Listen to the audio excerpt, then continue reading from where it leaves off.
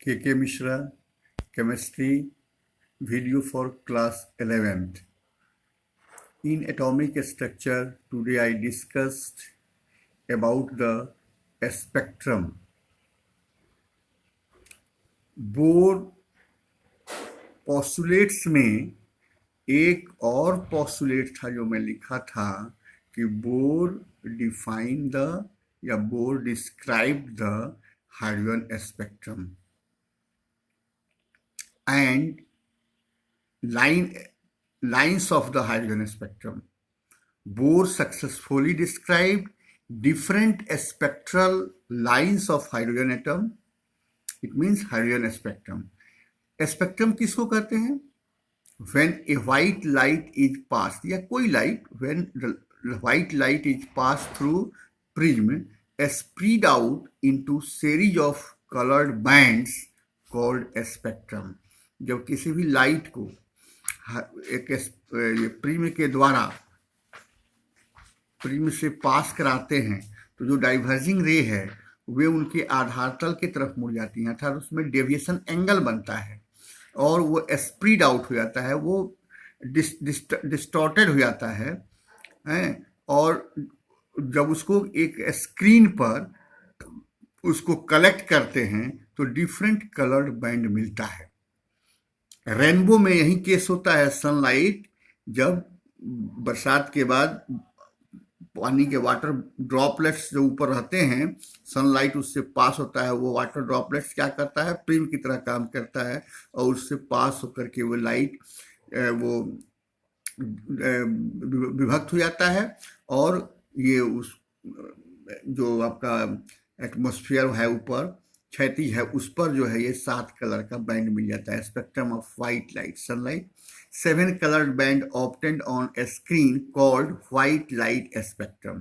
यही स्पेक्ट्रम कहलाता है। And study of spectrum emission और एब्जॉर्प्शन, दो तरह के स्पेक्ट्रम होते हैं, is called spectroscopy. Spectroscopy is the branch of physics that deals about the properties और study of the spectrum obtained from the different source. It is most important. ये क्यों पढ़ रहे हैं हम लोग? तो स्पेक्ट्रोस्कोपी का ज्ञान जो है आज के दिन में काफ़ी इम्पोर्टेंट है। मॉडर्न केमिस्ट्री में या मॉडर्न साइंस में इसका काफ़ी इम्पोर्टेंस बढ़ गया है। It is most important in study of the electronic structure of atom और मॉलिक्यूल्स।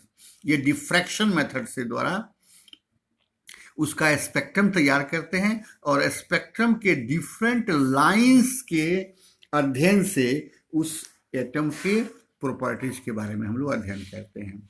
तो यहाँ विजिबल रेंज में जो 4000 से 7000 एंगस्ट्रम के बीच के लाइट वेव को हम लोग देख पाते हैं और उसमें वायलेट का वेवलेंथ सबसे कम और रेड का वेवलेंथ सबसे अधिक होता है।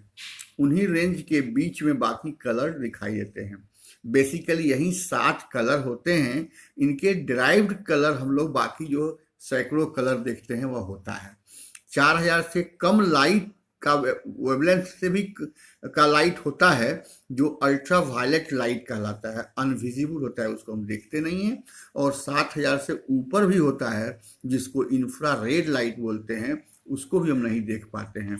ओनली वायलेट से लेकर के रेड तक के लाइट कलर को हम लोग देखते हैं, उसी लाइट को देखते हैं। Wavelength of red light is maximum. तो रेड लाइट का वेवलेंथ ज़्यादा होता है, वायलेट का वेवलेंथ सबसे कम होता है और हम जानते हैं कि lambda inversely proportional to frequency होता है, तो जो इसका वेवलेंथ बड़ा होगा उसका फ्रीक्वेंसी कम होगा। इस तरह से हम स्पेक्ट्रम के बारे में, हमारा टॉपिक आज का है हाइड्रोजन स्पेक्ट्रम। तो lines of hydrogen spectrum, when hydrogen light from electric discharge tube, जो इलेक्ट्रिक डिस्चार्ज ट्यूब एक्सपेरिमेंट हम लोगों ने किया था और हाइड्रोजन गैस को भर दिया गया था, तो हाइड्रोजन मॉलिक्यूल, हाइड्रोजन गैस है, उसमें जब इलेक्ट्रिक चार्ज उसमें पास करा जाता है तो हाइड्रोजन मॉलिक्यूल टूटता है हाइड्रोजन एटम में और हाइड्रोजन एटम आयोनाइज हो जाता है, उसमें इलेक्ट्रॉन निकलने लगता है, इमिशन होने लगता है।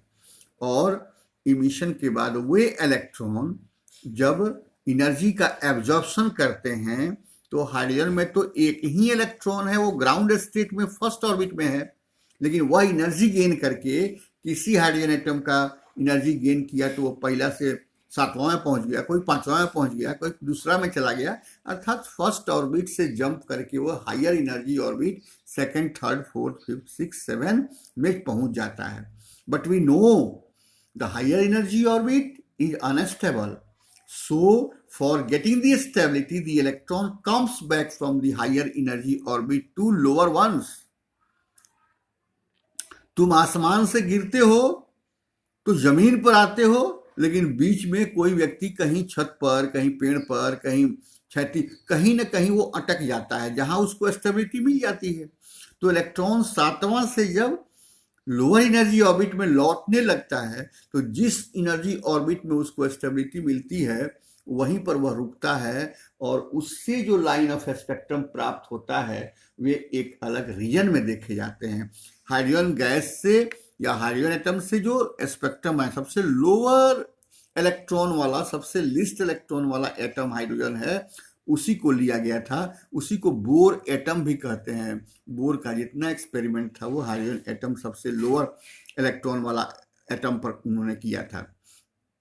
तो डिफरेंट एनर्जी लेवल पर जहां लाइंस ऑफ सीरीज मिला था वे 5 मिले थे, जिसको Lyman, Balmer, Paschen, Brackett and Pfund series बोलते हैं, जो डिफरेंट वेवलेंथ के लाइट से प्राप्त होते हैं और डिफरेंट रेंज में देखे जाते हैं।